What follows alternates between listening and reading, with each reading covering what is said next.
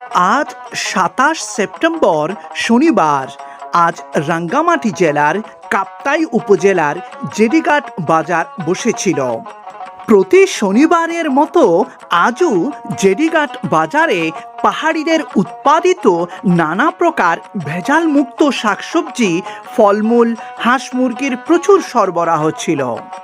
মানে ভালো, দামে সস্তা, তাই দূর দূরান্ত থেকে প্রচুর ক্রেতার সমাগম ঘটেছে আজকের জেডিঘাট বাজারে।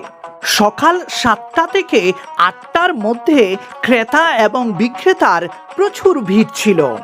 কাপ্তাই উপজেলার পাশাপাশি চট্টগ্রামের রাঙ্গুনিয়া উপজেলারও অনেক ক্রেতা সপ্তাহের প্রতি শনিবার এই কাপ্তাই জেডিঘাট বাজারে এসে থাকেন। পাহাড়িদের উৎপাদিত শাকসবজি এবং ফলমূলের পাশাপাশি হাঁস মুরগি এবং মাছের প্রচুর সরবরাহ ছিল। পাহাড়িদের কাপড়ের দোকানেও বেশ ভিড় ছিল। শুটকির দোকানেও বেশ সরবরাহ ছিল, প্রচুর বিক্রেতা ছিল। আমার এই ভিডিওতে কাপ্তাই জেডিঘাট বাজারের আজকের অবস্থাটা দেখানোর চেষ্টা করেছি। ভিডিওটি ভালো লাগলে সবাই একটু লাইক, কমেন্ট, শেয়ার করবেন। অগ্রিম ধন্যবাদ। আজ এ পর্যন্ত।